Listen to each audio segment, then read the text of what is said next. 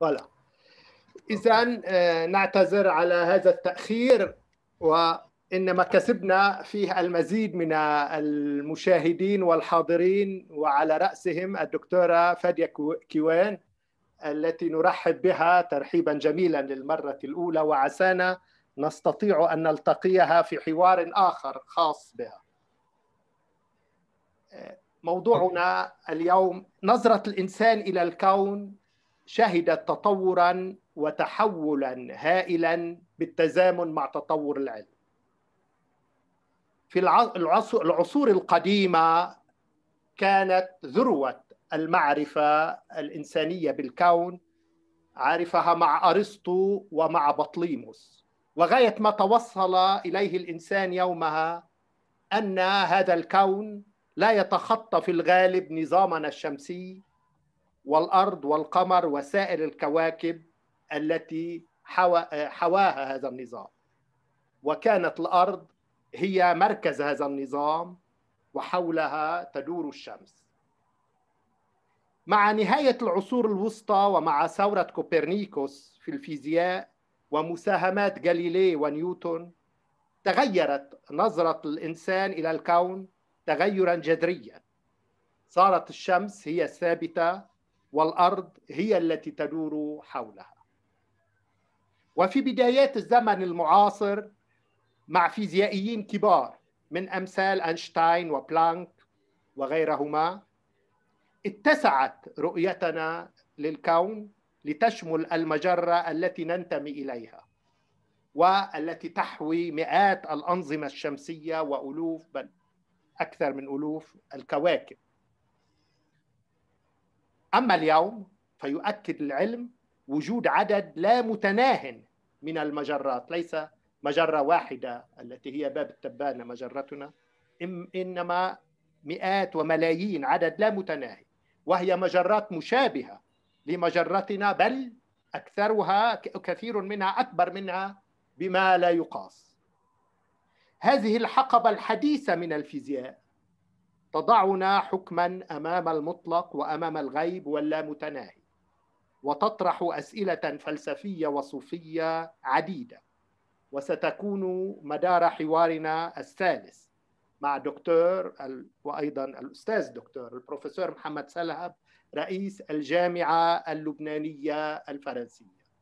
أولا دكتور، تهانينا على هذا التميز وهذا التصنيف الذي حصلتم عليه من مرجع عالمي كبير وأكاديمي محترم. لك أن تحدثنا باختصار عنه قبل أن نبدأ حوارنا وموضوعنا وهو الفيزياء الحديثة. هيا قدرنا نحصل على الاعتماد الدولي من هيئة الاعتماد الألمانية فيبا لجامعتنا. هو هذا الاعتماد مؤسساتي وبيتضمن كمان 3 برامج من البرامج اللي بيتم تعليمها بالجامعة.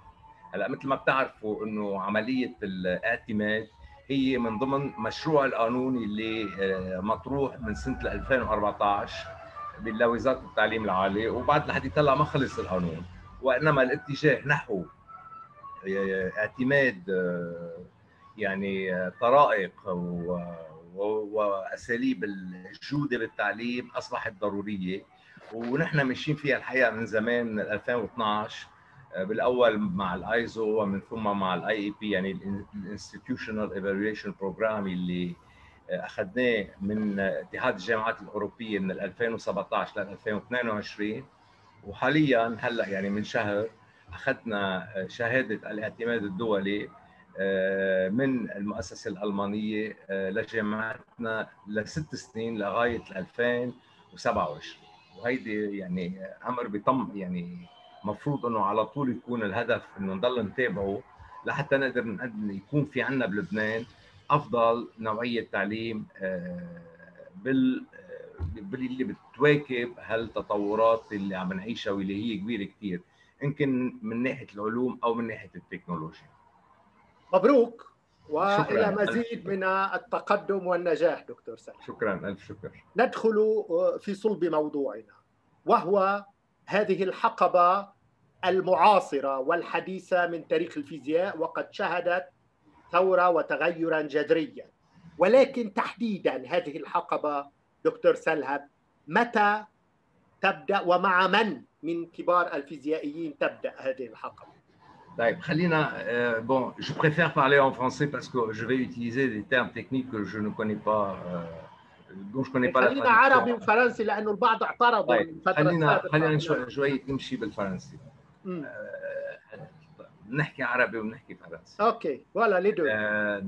En réalité, le monde que nous avons connu avec Newton, après le monde que nous avons connu avec Aristote, celui que nous avons connu avec Newton, c'était un monde qui fonctionnait, si je peux dire, avec la seule dimension de la gravitation. C'est-à-dire que Newton a étudié la force gravitationnelle entre deux corps et il a établi ces trois lois principales, qui est la loi de l'inertie, qui est la première loi, qu'il a établie d'ailleurs avec Galilée. Galilée a joué un rôle très très important, au même titre que Galilée va jouer un rôle très important avec la notion de relativité. Le mouvement est relatif. C'est une idée qui sera développée par Einstein, bien sûr, mais qui remonte à Galilée. Et donc, il ne faut pas oublier cette grande référence qu'est Galilée. Alors maintenant, si on regarde le monde de Newton, comme je l'ai dit la dernière fois dans la conférence qu'on a faite, en réalité, le monde de Newton était un monde réglé comme une montre. D'ailleurs, on parlait du dieu horloger. Ça veut dire quoi? Ça veut dire qu'il a lancé les lois de la nature et il les a laissées en quelque sorte fonctionner toutes seules. Ces lois de la nature, dans la vision de l'univers de Newton, étaient en fait des lois de gravitation entre des corps pesants, des masses, entre des masses et un vide, et le vide qui était quand même une notion importante, et c'est comme ça que fonctionnait en gros, je dis en gros, le monde de Newton, dans lequel on avait la seule force qu'on connaissait, c'était la force gravitationnelle. Au cours du 19e siècle, bien évidemment, les scientifiques ont découvert les lois très importantes de l'électromagnétique, tout ce qui concerne l'électromagnétique. Il a été découvert tout au long du 19e siècle. Et on s'est rendu compte que le vide que l'on croyait vide était tout sauf vide, qu'il y avait énormément de forces qui étaient agissantes dans ce vide, comme les forces gravitationnelles, les forces électromagnétiques précisément. Et puis ensuite, on va ajouter actuellement, comme vous le savez, nous connaissons 4 types de forces qui agissant dans la nature, à côté de la gravitation et de l'électromagnétisme, ce que l'on appelle les 2 forces nucléaires, c'est-à-dire l'interaction faible et l'interaction forte. Donc voilà, en gros, comment le monde a évolué. Mais quelle est la vision que nous avons actuellement? Qu'est-ce qui a changé par rapport à notre vision du monde newtonien?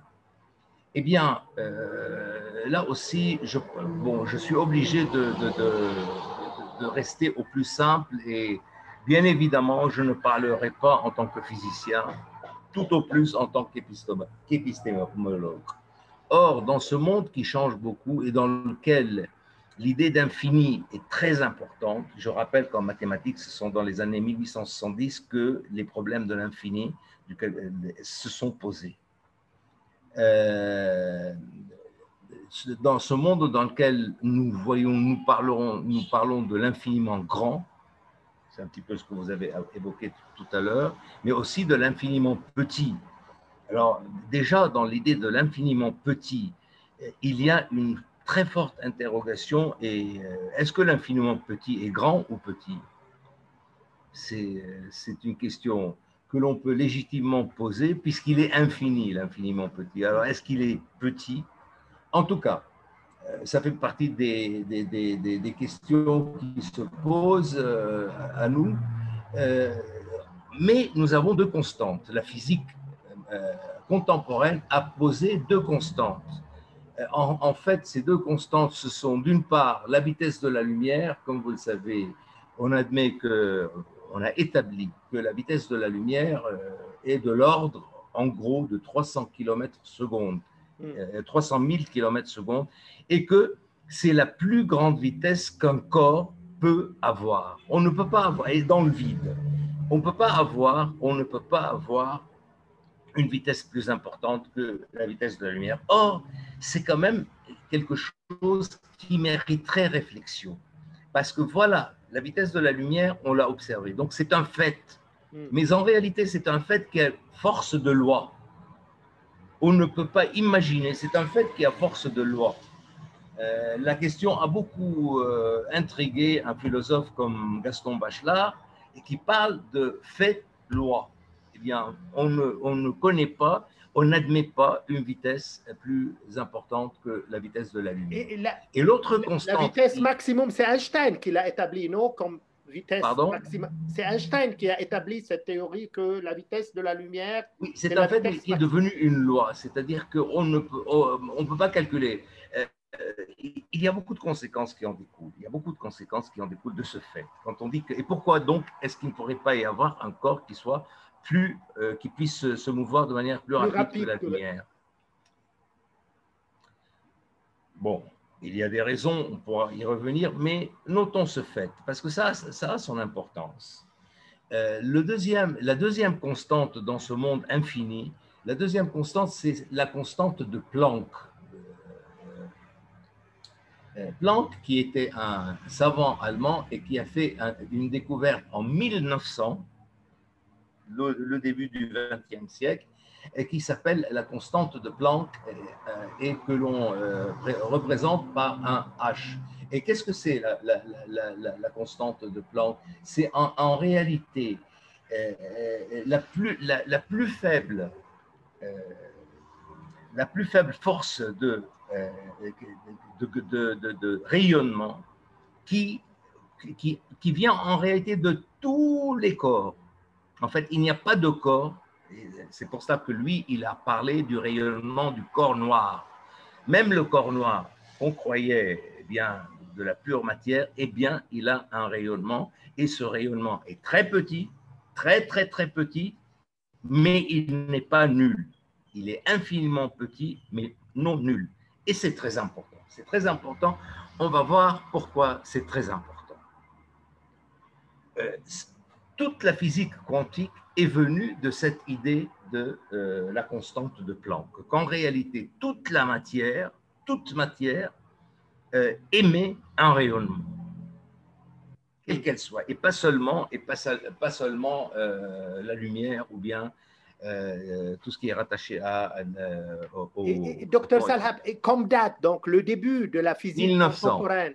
Le 14 septembre 1900, il a fait une lecture à la Société berlinoise de sciences en donnant cette information, ou plus exactement cette très grande découverte qui va bouleverser l'ensemble de la physique moderne et contemporaine. Lui-même, Max Planck, était un physicien dans le sens classique du terme, en tant que formation.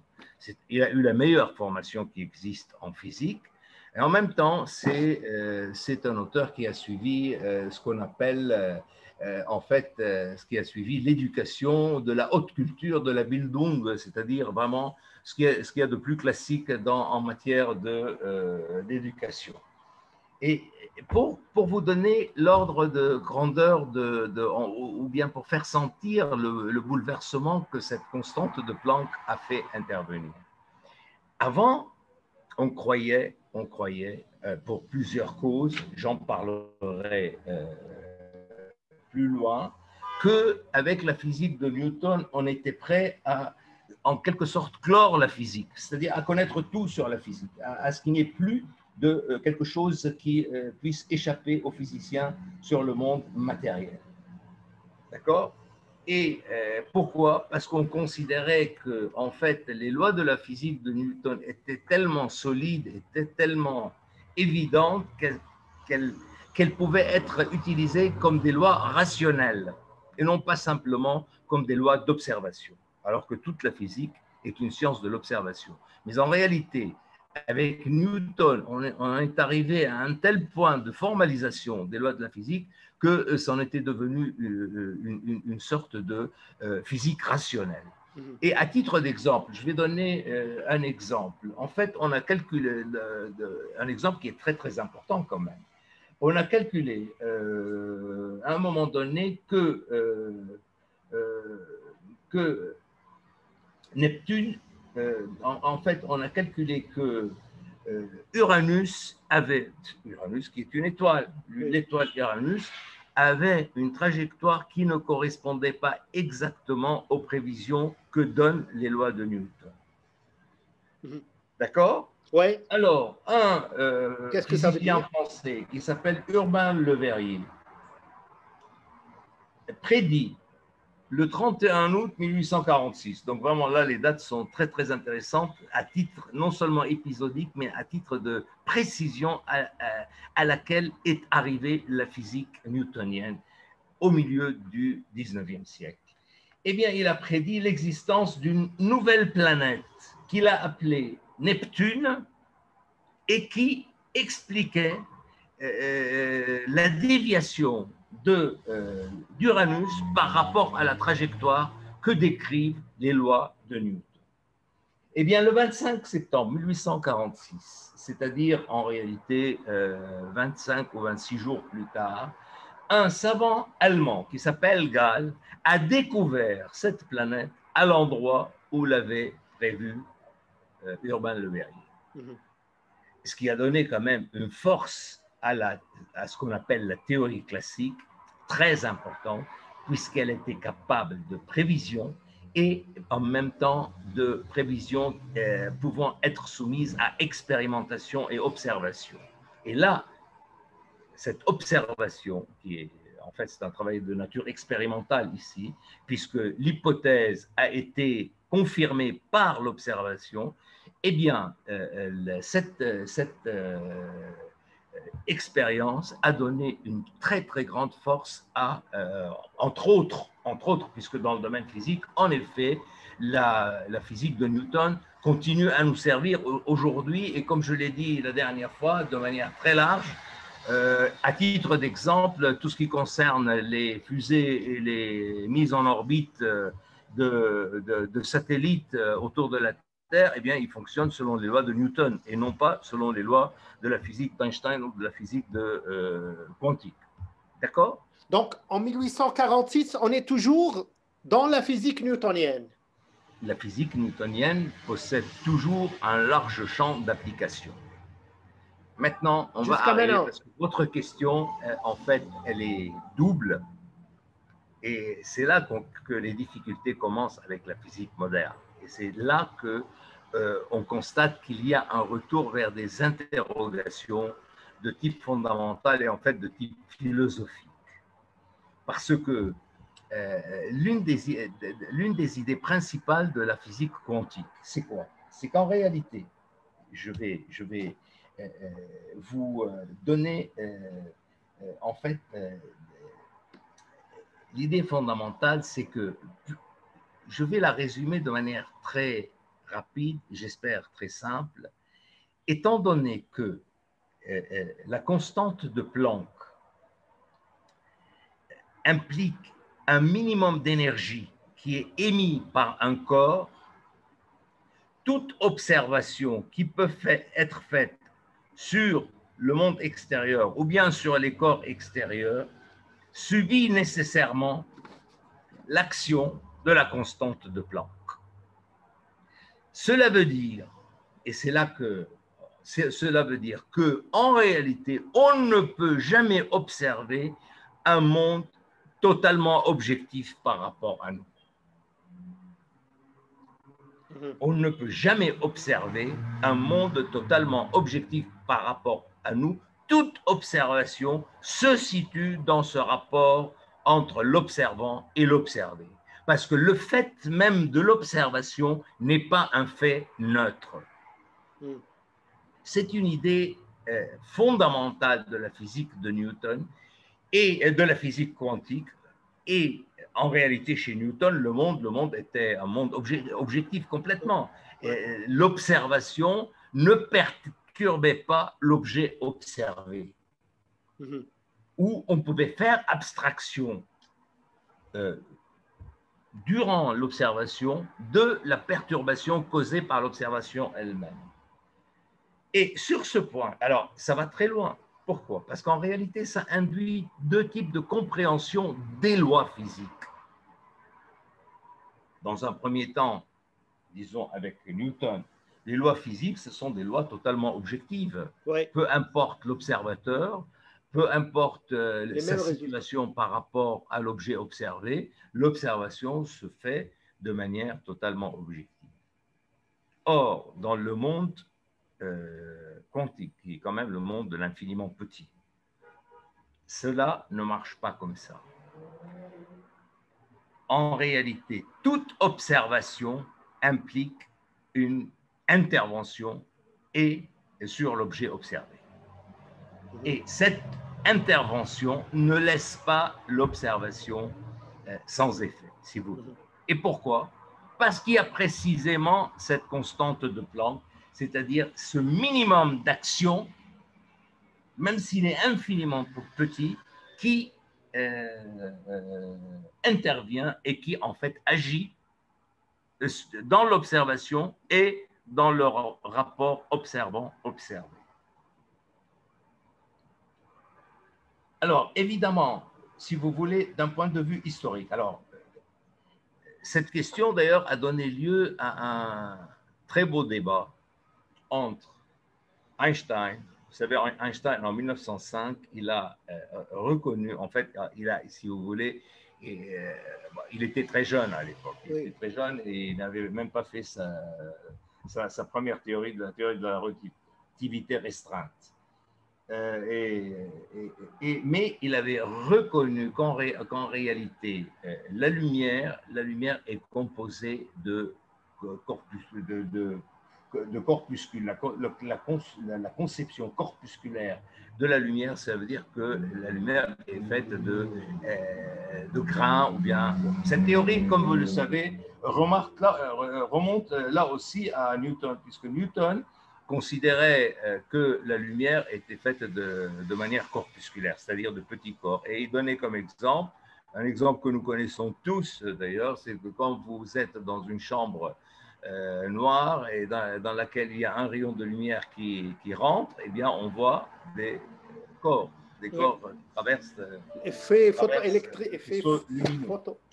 Mais en même de l'autre côté, et cela est vrai dès le XVIIe, XVIIIe siècle, il y avait une autre conception qui était la conception ondulatoire de la lumière, c'est-à-dire qu'on concevait la lumière comme une onde, un peu à la manière des vagues de la mer. Et c'est Huygens qui a défendu cette conception.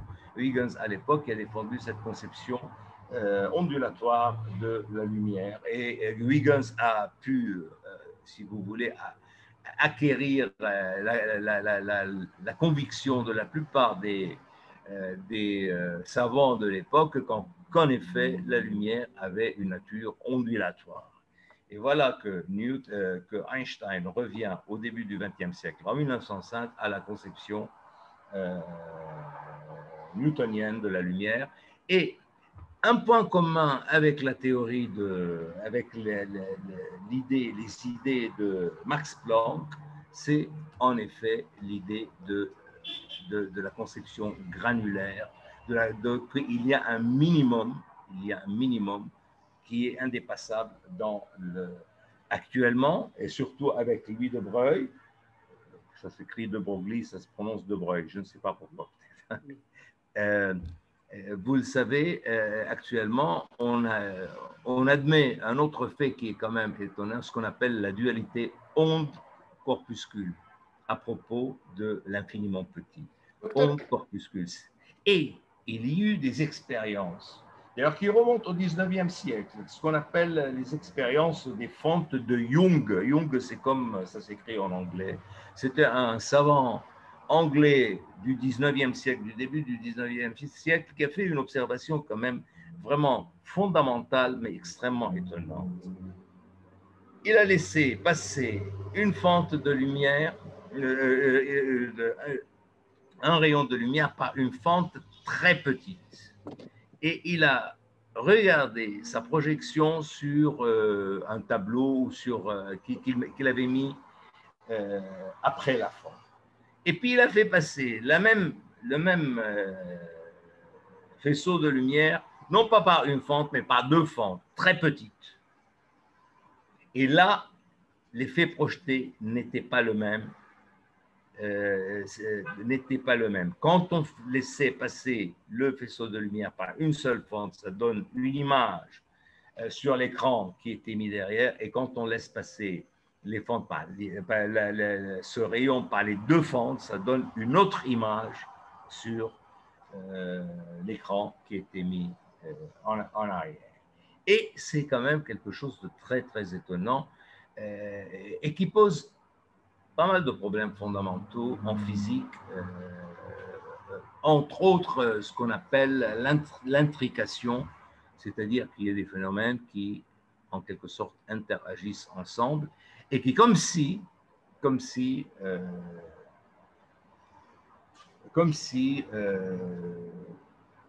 la chose observée se rendait compte de l'observation. Bon, Docteur Salhab, oui. Alors, ce que il y a une problématique qu'on a posée au début, que entre Einstein et le monde d'Einstein, qui était presque une galaxie, et maintenant une infinité de galaxies. Ce que j'essaie d'expliquer tout à l'heure, c'est qu'en réalité, ce qui est en question, c'est la notion même de causalité. La notion même de causalité. Et je rappelle que la notion de causalité est une notion fondamentale pour nous, non seulement dans le domaine de la physique, mais je dirais dans notre vie quotidienne. Il est très difficile pour nous d'accepter l'idée que les choses peuvent se traduire sans cause. C'est vraiment une idée qui va très loin et qui est d'ailleurs très souvent utilisée de manière fausse. Par exemple, quand on dit il n'y a pas de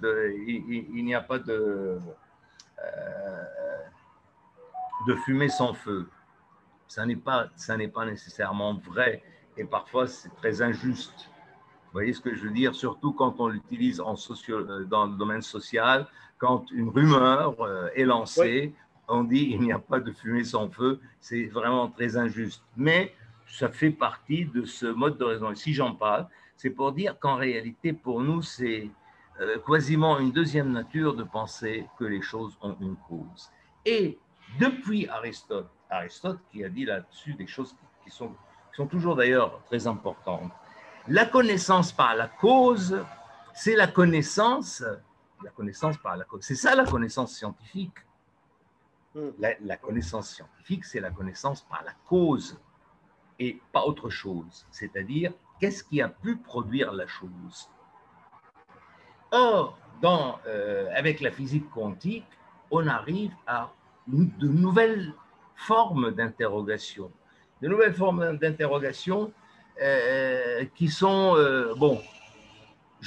moi, je me limiterai aujourd'hui à expliquer les deux manières de concevoir cette très grande question, pas seulement de l'épistémologie, mais de la pensée humaine.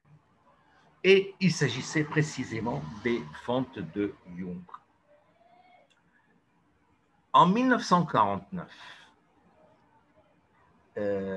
donc il fallait célébrer et rendre hommage aux travaux d'Einstein, et un grand physicien qui s'appelle Ernst Bohr, B-O-H-R, et qui est un des pères de la physique quantique, devait lui rendre hommage et dire, en fait, dans cet article, il devait dire ce qu'il partageait avec Einstein et ce qui le distingue, ou plus exactement, ce qui distingue la physique quantique de la pensée d'Einstein et de la relativité générale d'Einstein.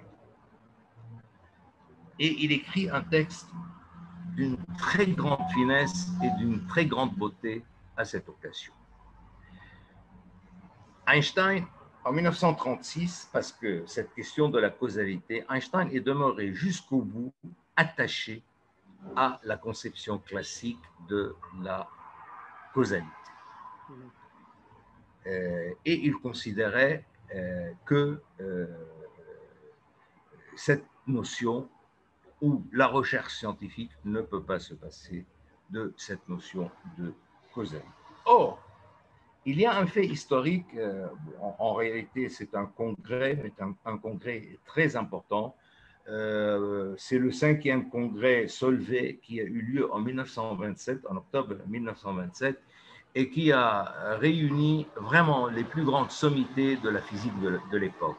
Bon, les plus grandes sommités, je vais citer quelques noms.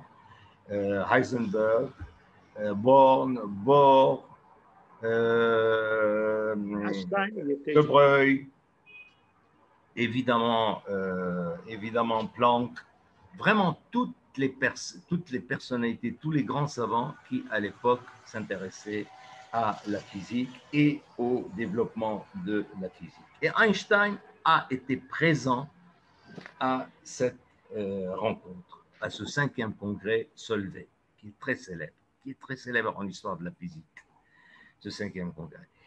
Il était présent, mais il n'a pas fait de communication.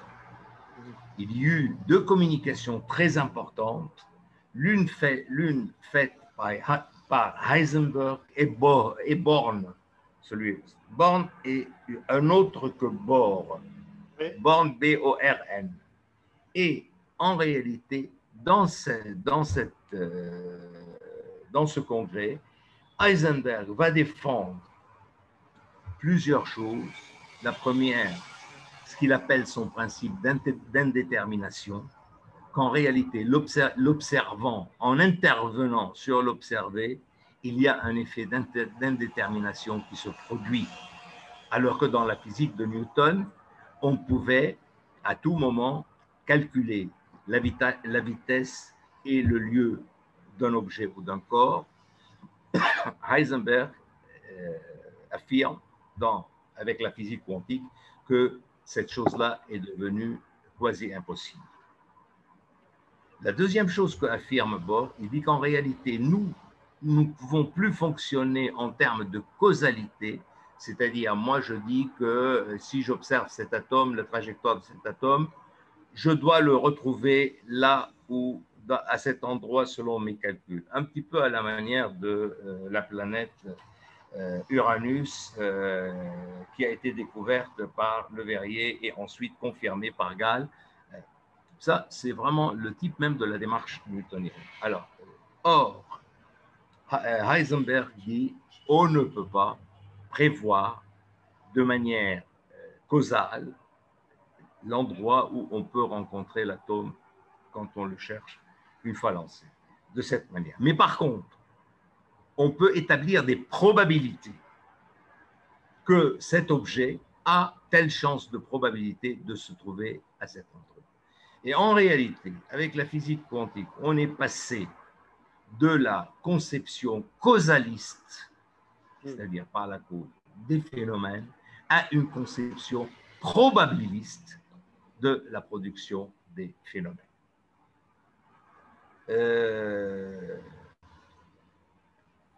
Einstein, qu'est-ce qu'il a répondu? Il a répondu, en réalité, la théorie quantique est une théorie incomplète. Pourquoi? Parce qu'il y a des variables cachées qu'elle n'arrive pas encore à saisir.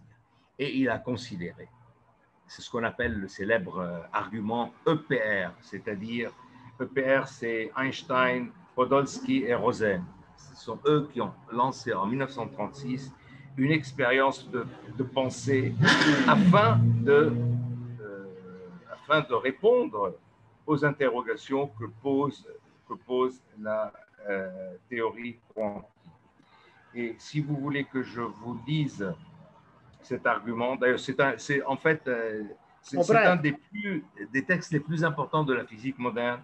Et paradoxalement, les textes les plus importants de la physique tiennent en 3 ou 4 pages au maximum. Et l'article dans lequel se retrouve l'argument EPR, eh bien, en effet, il tient dans 3 pages. Bon.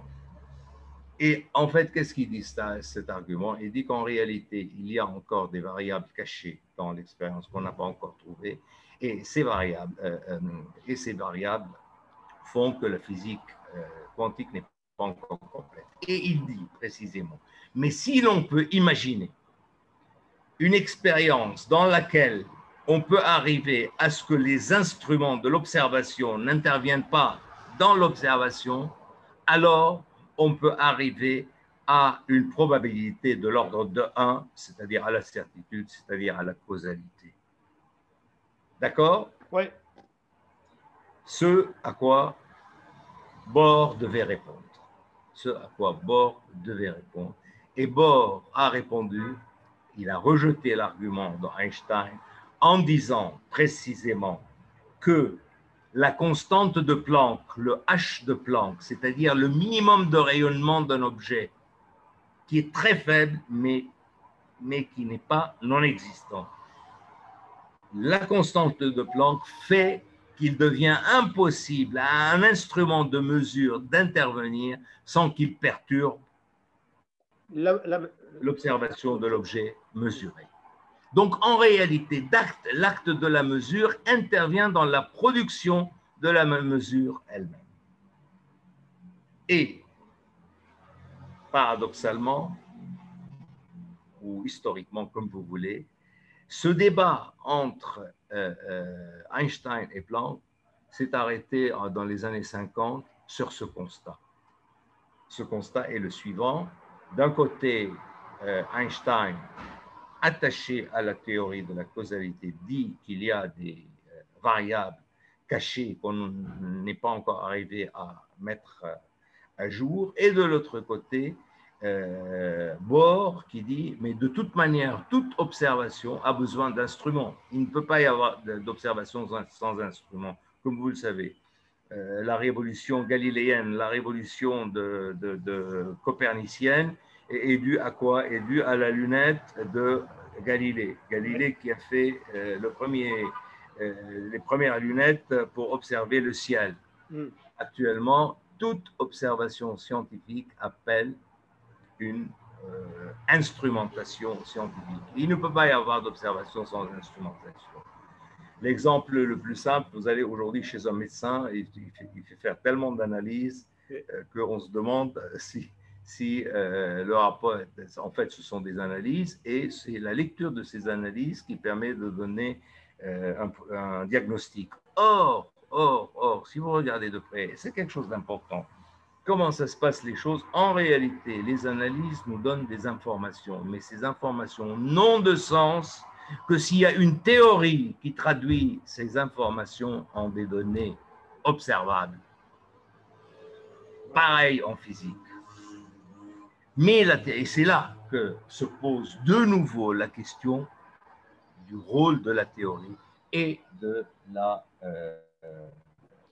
Donc, et ce dilemme entre Bohr je crois que je vais Einstein... m'arrêter un petit peu ici. S'il y a des questions à poser, je ne sais pas.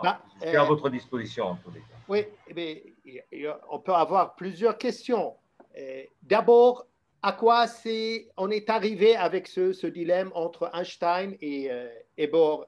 Et quel était le résultat, ou disons la conclusion? Donc, comme vous avez dit, il y a eu EPR, donc Einstein et autres, et c'est Bohr qui a répondu, n'est-ce pas, à oui. Einstein? Oui.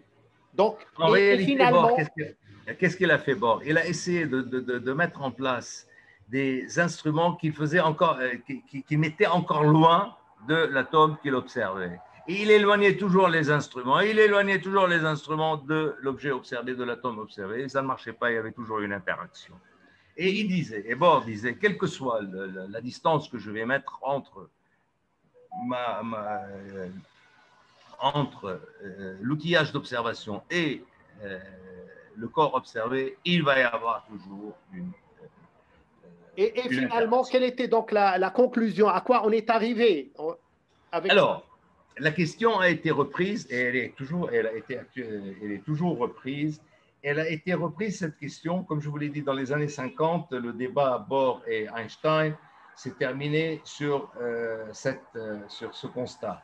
Mais dans les années 60 et dans les années 80 et actuellement, la question a été reprise par un jeune savant anglais en 1964. Oui. Et puis elle a été reprise en France par un grand savant, par un grand scientifique qui s'appelle Alain Aspect. Alain Aspect qui a repris l'étude de cette question. Et actuellement, on poursuit les travaux d'Aspect en Suisse de nos jours. Donc la question est toujours d'actualité. Alors, on arrive à quoi? Et c'est le constat d'Aspect qui a travaillé sur la question de manière expérimentale une bonne dizaine d'années, et il continue toujours d'ailleurs à s'y intéresser. Et en fait, il dit que le résultat de ce débat entre Einstein et Bohr, selon lui, aboutit à un résultat plutôt blanc. C'est-à-dire? C'est-à-dire qu'en réalité, il n'y a pas, et on n'a pas pu trancher. Pourquoi? Mais ça nous donne les deux options que nous avons actuellement en physique. Et puis, on verra quelles conséquences ça peut avoir lieu. Et je peux vous donner, moi, la position que j'adopte sur le plan scientifique et puis ensuite sur le plan philosophique. Sur le plan philosophique, je ne l'aborderai pas, mais sur le plan scientifique et comment on considère qu'il faut prendre les choses. C'est-à-dire qu'en fait, Einstein dit non, la causalité existe, mais il vous manque des observations. C'est ce qu'on appelle les variables cachées. OK? Et l'autre, il lui dit non, on n'a pas de variables cachées parce qu'il y a la constante de Planck qui fait que toute observation agit sur l'objet observé, surtout dans le monde de l'infiniment petit. D'accord? Voilà les deux positions. Bell, ensuite, Aspect, et actuellement les Suisses sont toujours sur dans la voie de cette démarche. Alors évidemment, il y a l'aspect théorique et l'aspect pratique, c'est-à-dire l'aspect technologique. Actuellement, avec la physique quantique, on fait des découvertes énormes, on fait des applications énormes en technologie.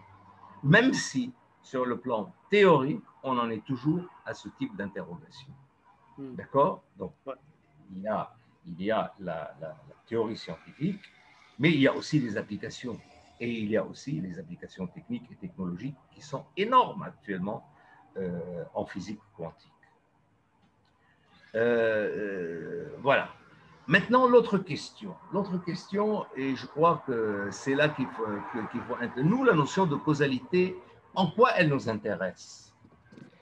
Qu'est-ce qui reste d'ailleurs cette notion de la causalité? Qu'est-ce qui reste actuellement dans la physique actuelle de la notion de la causalité, après ce qu'a dit et critiqué Heisenberg et autres? Dans tout ce qui n'est pas infiniment petit, dans tout ce qui n'est pas corpusculaire, bon, je peux aller plus loin dans ce que je vous dis. Dans tout ce qui n'est pas corpusculaire, et ça vous donne une idée quand on parle de la relativité de nos visions du monde. J'y reviens, si vous me permettez. Permettez-moi d'ouvrir une parenthèse. Dans tout ce qui n'est pas corpusculaire, la physique de Newton est non seulement amplement suffisante, mais il ne faut pas faire autre chose. Mais moi, je vais aller plus loin. Si je vais apprendre à mon fils comment traverser la rue ou comment marcher en ville, moi, j'utiliserai la physique d'Aristote et même pas la physique de Newton. Parce que la physique d'Aristote, c'est elle qui dit que si un objet vient vous frapper, eh bien, vous allez avoir un grave problème. Donc, mais alors, ça a donné lieu à quoi? Ça a donné lieu à une conception relativiste de la physique elle-même. En réalité, il y a eu des auteurs qui ont dit, mais après tout, les théories physiques ne sont que des visions du monde. Ouais. Alors, vision du monde, mais et la notion de vérité, qu'est-ce que vous en faites? En réalité, la notion d'objectivité. La notion d'objectivité qui se repose de nouveau et qu'on ne peut pas dégager de nos interrogations. Alors, Maintenant, je voudrais rappeler maintenant, là je cite un texte d'Aristote, je peux vous le citer tout à l'heure, qui est quand même formidable à cet effet, et voir qu'Aristote a pu poser des interrogations qui sont les nôtres aujourd'hui, eh bien c'est quelque chose d'important. Mais je rappelle une autre chose, et ça c'est très important, puisqu'on aborde la question philosophique. Je rappelle qu'à l'époque de Socrate, Socrate a désespéré de la physique. Il disait, pourquoi il a désespéré? Il a dit, en réalité, les phénomènes sont changeants. Et donc, je ne peux pas leur faire confiance. Phénoména, c'est quoi les phénomènes? C'est-à-dire les apparences. Oui. Les choses apparentes ne sont pas réelles et elles sont changeantes. Elles sont, c'est là, ne sont pas réelles avec Héraclite, les Parménides, etc. Dans les séances passées. Et qu'est-ce qu'il a dit? Il a dit, peut-être que je ne peux pas me fier et être sûr de l'observation des phénomènes. Mais il y a une chose dont je peux être sûr, c'est ce que moi, je fais. En réalité, il a bâti toute la morale suite à cette ruine, si je peux dire, des théories physiques à son époque. D'accord? Donc, en réalité, et ça, il faut le rappeler, je crois aujourd'hui, l'action humaine n'a pas à être une application de la physique. D'accord? Elle ne peut pas ignorer ce qui se passe en physique, mais elle n'a pas à être une application de la science physique. Et à mon avis, d'ailleurs, de n'importe quelle science. Mais ça, c'est un point très important. Je pense c'est un point qui nous permet aujourd'hui. Mais c'est vrai que l'interrogation sur le monde, surtout dans le monde, je dirais, après la philosophie grecque, parce que la philosophie grecque admettait facilement la contradiction dans notre vision du monde. Actuellement, on l'admet beaucoup moins. On veut une vision du monde assurée. D'accord? Et vous savez que ça a créé un grave problème, y compris en histoire de la pensée, en histoire des religions, etc. Mais toute la philosophie socratique, toute la pensée socratique est venue de cette crise de la physique grecque. Et dans le livre que j'ai écrit il y a 15 ans déjà, en fait, c'était clair. C'était clair que Socrate est le fruit d'une crise. La pensée socratique est le fruit d'une crise, d'une rupture. Et je pense qu'actuellement, il est bon de se rappeler les révolutions scientifiques d'avant. On en a eu 3 ou 4 dans l'histoire de l'humanité qui étaient vraiment très importantes. Il y a eu cette crise de la physique grecque, et surtout avec Parménide, et la question de l'un, je le rappelle encore une fois avec vous, Héraclite qui disait que tout est en perpétuel changement. Ouais. C'est bien cela, ça me rappelle une autre idée.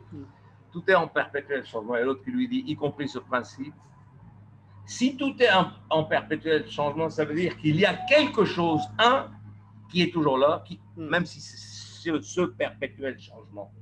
C'est un petit peu le paradoxe que pose tout est relatif. Oui. Y compris le principe de la toute relativité. Vous voyez ce que je veux dire? Là, en réalité, ce type de question nous conduit à des, bon, si vous voulez appeler ça paradoxe ou difficultés, mais qui sont en général, dans l'histoire des idées et dans l'histoire scientifique, des moments clés et des moments de fondation. Oui. Docteur Salhab, je reviens sur une problématique essentielle. C'est vrai qu'actuellement, et comparativement avec l'époque d'Einstein ou l'époque du XXe siècle, il y a eu un agrandissement de notre vision de l'univers. On le voit tout à fait autrement maintenant. Il n'y a pas uniquement... Je ne vous cache pas que moi... Cette différence, ma question, je ne vous cache pas que est due à un certain progrès dans l'appareillage, dans les appareils de mesure ou bien dans la théorie? Non, non, non, je vais revenir à cette question. Je vais revenir à cette... Et d'ailleurs, je ne vous cache pas, moi j'ai écrit un article qui a été, en fait, qui est paru dans un ouvrage qui est sorti l'année dernière à Paris, dans lequel je reprends cette question. Il y a un auteur américain qui s'appelle Max Tegmark. Max Tegmark est professeur à la célèbre MIT, Massachusetts Institute of Technology. Donc, qui a dit, en fait, sa théorie, c'est un petit peu la suivante. Bon, c'est un très grand savant, c'est un physicien et un cosmologue. Donc, c'est quelqu'un qui s'est intéressé à la cosmologie et à la physique cosmique. En fait, ce savant, il reprend l'hypothèse d'un autre savant qui a fait sa thèse en 1960-1970, qui s'appelle, je suis à vous dans une seconde, donc un auteur américain, un penseur américain qui a écrit sa thèse sur ce qu'on va appeler le multivers ou les univers multiples. Et ce savant américain, il s'appelle Hugh Everett. Oui, qu'est-ce que ça veut dire, l'univers multiple? Hugh Everett. Hugh Everett, il a dit qu'en réalité, en gros, sa thèse est la suivante. En fait, toute onde, l'action d'onde, ce qu'on appelle l'action d'onde, toute onde produit quelque chose de nouveau. Le monde n'était pas, si vous voulez, n'était pas inscrit par avance. Et il n'obéit pas à une logique déterministe fixe. Chaque action d'onde produit quelque chose dans le monde. C'est un monde, donc, Karl Popper qui a repris la question, il dit, ah, c'est un monde propensionniste, un monde en propension. Oui. D'accord? Mais en réalité, Everett et ensuite Tegmark vont plus loin. Il dit qu'en réalité, bon, vous savez que la théorie du Big Bang, c'est la théorie qui était. Actuellement, on est en train de repenser la théorie du Big Bang. Entre autres, Tegmark, il dit qu'il n'y a pas eu un seul Big Bang, il y a eu une infinité de Big Bang. Et qu'à chaque action d'onde, on peut assister à un nouveau monde. C'est pour cela qu'on parle d'univers pluriel ou de multivers. Multivers, c'est une contraction de... Est-ce qu'il a prouvé ce qu'il dit? Est-ce qu'il a pu prouver? Alors, sur la question de la preuve, et là, sur la question de la preuve, il dit qu'en réalité, nous assistons toujours à la création d'univers nouveaux, mais avec lesquels on ne peut pas entrer en contact. Donc, en réalité, impossibilité de la preuve expérimentale, parce que la preuve expérimentale... Et on dirait que c'est de la pure imagination, cette théorie. Pardon? Alors, voilà. Alors, donc, si vous lisez mon article, je débat de cette question parce que je crois que c'est un débat essentiel, important, du point de vue, en réalité, de la conception de la démarche expérimentale. Est-ce qu'il suffit d'émettre une hypothèse et même si elle est probable, pour qu'on puisse l'admettre? La position de Karl Popper à l'époque par rapport à Everett, et il aimait bien Everett, il le connaissait à Everett, et il appréciait, je dirais, son aspect novateur, extrêmement novateur. Mais il disait, en réalité, même si cette idée est très intéressante, même si, parce que dit Tegmark? Il dit en réalité, bon, on a prévu les trous noirs. Les trous noirs, on ne peut pas observer les observer. On ne peut pas observer ce qui se passe à l'intérieur. Par définition, on ne peut pas. Et pourquoi est-ce qu'on admet les trous noirs et on n'admettrait pas les multivers? Alors que la preuve expérimentale des trous noirs est impossible. D'accord?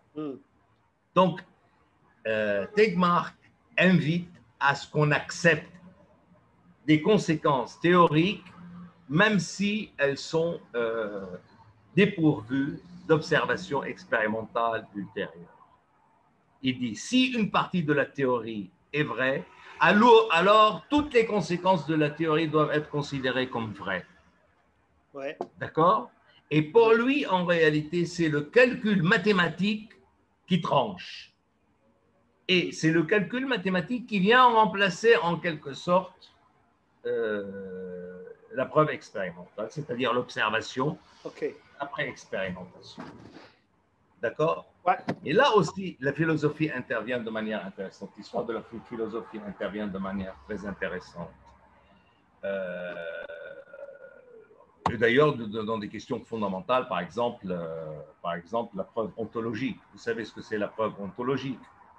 Que Dieu existe, Dieu est parfait. L'idée de Dieu est une idée parfaite. Or, l'existence fait partie de la perfection, donc là, il y a preuve de l'existence. C'est la preuve qu'a défendue, par exemple, Descartes. D'accord? Et vous savez que Kant n'a jamais accepté ce type de preuve. Il dit, je peux avoir l'idée, d'ailleurs, il a utilisé un exemple qui a longtemps été reproché à Kant. Il a dit, je peux, moi, imaginer, je peux concevoir des pièces en or et qui n'existent pas. Oui. D'accord? En réalité, et c'est pour cela qu'il préfère la preuve cosmologique à la preuve ontologique. Oui. Kant. Il se pose des questions sur la preuve cosmologique et en réalité, il revient à la preuve morale de l'existence de Dieu chez Kant, mais ce n'est pas notre objet aujourd'hui de parler de la question de... Pour conclure, Dr Salhab. Donc, en réalité, nous sommes actuellement dans la situation suivante. Du point de vue expérimental, eh bien, il faut bien accepter, mais peut-être que quelque part, il faut bien accepter que nous sommes des êtres limités et qu'en réalité, les connaissances qu'on peut avoir sur le monde, peut-être que sur le monde est très importante ici, la connaissance que nous pouvons avoir du monde est une connaissance que nous ne pouvons acquérir qu'avec beaucoup de difficultés et avec beaucoup de travail. Par conséquent, le multivers existe peut-être, mais je ne peux pas l'admettre scientifiquement. Cela ne veut pas dire que je dis que le multivers n'existe pas. Je dis tout simplement, je n'ai pas la preuve scientifique. Je n'ai pas la preuve expérimentale. Mais par contre, le danger est si la preuve mathématique remplace la preuve expérimentale. Ce à quoi invite Tegmark et ce à quoi je pense qu'il faut rester réticent. Les mathématiques sont extrêmement importantes, surtout pour faire des prévisions, mais les prévisions, d'un point de vue scientifique, doivent être expérimentalement vérifiées. Et je pense que la théorie scientifique, si vous prenez par exemple les domaines les plus avancés et les plus fantastiques de la recherche scientifique, par exemple le boson de Higgs. Vous connaissez tous le boson de Higgs. C'est en réalité une hypothèse qui a été émise par 3 savants dans les années 1960. Le CERN, c'est-à-dire le Centre d'études et de recherche nucléaire en Suisse, qui a été installé en Suisse et qui regroupe une trentaine, une cinquantaine d'États qui y participent, bien, ils ont été à la recherche de cette hypothèse établie mathématiquement, et ils ont été à la recherche de la confirmation expérimentale et l'instrumentation de l'expérimentation était quelque chose de vraiment impressionnant. Puisqu'il a fallu faire tourner un corpuscule à des vitesses énormes dans un rayon de 25 km au-dessus en fait, dans un terrain en Suisse. Docteur Moi, je Salha, pense qu'il faut demeurer attaché à la recherche, à la preuve expérimentale. Il faut laisser libre cours à l'imagination scientifique, certes, mais il faut demeurer fortement attaché à la preuve expérimentale. Ce qui n'est pas prouvé expérimentalement, à mon avis, il peut avoir un statut mathématique, il peut avoir un statut de projection, d'imagination, ce que vous voulez. Ça n'est pas lui enlever de la valeur, mais on ne peut pas l'admettre à titre de théorie scientifique. Docteur Salhab, notre interview arrive à sa fin. Finalement, pas une dernière question, mais peut-être une conclusion. Où est-ce que l'on est actuellement et vers où on y va dans la physique moderne et actuelle? Quels sont, si on essaye de voir un petit peu, qu'est-ce qu'on attend actuellement de la physique moderne, surtout au niveau philosophique? De la physique et comme moderne, ça, on va conclure notre interview. Ce qui est étonnant, ce qui me paraît très étonnant, c'est que actuellement, c'est la cosmologie, c'est la physique cosmique qui prend une importance très grande dans le domaine de la physique. On explique, par exemple, beaucoup de savants expliquent l'origine de la vie à partir des éléments de l'univers, et que la vie a été transposée sur la Terre, sur notre planète, par des éléments très petits et très infimes qui se sont venus d'ici et de là de l'espace, et qui ont fait une rencontre miraculeuse en quelque sorte Aléatoire. sur notre planète Terre. Bon, actuellement, alors, et vous savez qu'actuellement, avec par exemple le télescope Hubble, on est en train de découvrir des espaces quasiment infinis de cet univers, et avec des visions très impressionnantes. Très impressionnantes. Nous sommes en train, vous l'avez dit, on admet actuellement l'idée d'une multitude non seulement de planètes, mais de Galaxies. Pardon? De galaxies et d'univers. Voilà, donc tout ça c'est vrai, et actuellement on ne sait pas quel est le nombre de... Bon, alors est-ce que le monde, bon, c'est là, je vais revenir au départ, si la vitesse de la lumière est la vitesse la plus importante que peut atteindre un objet.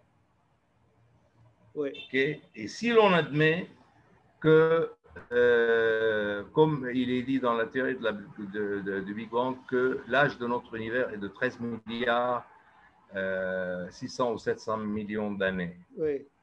ça veut dire que la taille de notre univers, elle n'est pas infinie.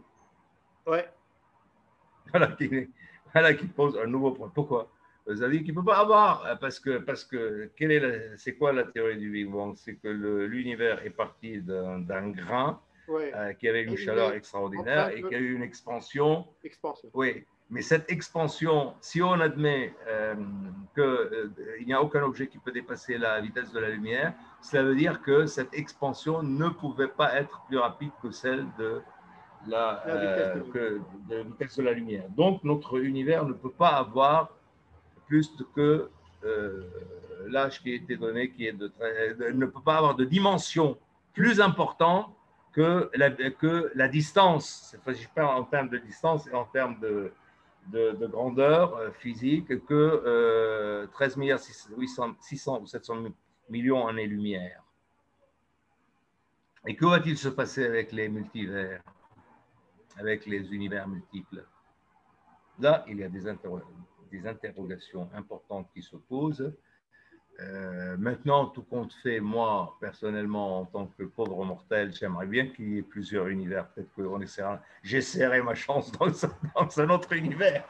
Mais c'est-à-dire que cette physique moderne, on peut le dire, elle pose beaucoup plus de questions qu'elle donne des réponses, en quelque sorte. Oui, et le deuxième point, c'est que le deuxième point qui me paraît important, cette fois-ci, philosophiquement, après tout ce que j'ai dit, on va conclure par ce point philosophique. Oui, je vais, après tout ce qu'on a dit sur le fait qu'il semblerait que la vie nous soit parvenue du cosmos, c'est que, bon, on a posé la question à Gaston Bachelard en 1947, je pense. Il y avait un colloque à Lyon d'ailleurs, c'était sur l'idée d'univers. Il a répondu de manière très inattendue. L'idée d'univers est l'infini de mon inattention. Moi, j'ai besoin d'un objet pour réfléchir. Or, un univers aussi je dirais, vaste et éclaté, je n'arrive pas à en faire un objet, et encore moins un objet de pensée. Qu'est-ce que je dois penser dans tout cela? Et évidemment, le fait d'aller explorer la Lune ou bien d'aller explorer Mars est une chose, parce qu'après tout, la Lune, c'est un objet. On peut concevoir que ce soit un objet. Mars aussi, même si c'est étonnamment, je ne sais pas quel est votre sentiment en regardant les images de Mars ou de la Lune, et d'apercevoir, comme le disait Galilée, la grande révolution galiléenne. La grande révolution galiléenne. Et c'est terriblement ressemblant à la Terre, en moins intéressant, quelque part, évidemment. Entendu. Évidemment. C'est très certainement plus intéressant sur d'autres aspects, mais quand je regarde les plaines sèches de Mars, je me dis, nous avons une Terre qui mériterait qu'on la préserve. Ça sera une belle conclusion, Dr Salhab. On vous remercie énormément sur votre exposé qui était très intéressant. C'est vrai que le sujet est très vaste et on pourrait discuter des heures et des heures, mais on est toujours limité par le temps. Voilà, espérons. Ok, je vous remercie de votre attention. J'ai essayé quand même d'avancer ce que j'avais. J'espère que ça a pu servir à quelque chose. Oui, certainement. Et qu'ici, on aura peut-être d'autres entretiens et d'autres interviews. Donc, à la prochaine et déjà, félicitations encore une fois pour mes amitiés et mes hommages à tous les participants et à cette réunion, à Madame Kiwen particulièrement. À très bientôt et encore une fois, félicitations pour votre université. Merci beaucoup. ننهي هذه المقابلة وهذا الحوار كان بالفرنسية مع الأسف، والآن نعود إلى اللغة العربية دقيقتين ونبدأ بالتأمل معكم جميعا. ميرسي بيان دكتور سلهاب.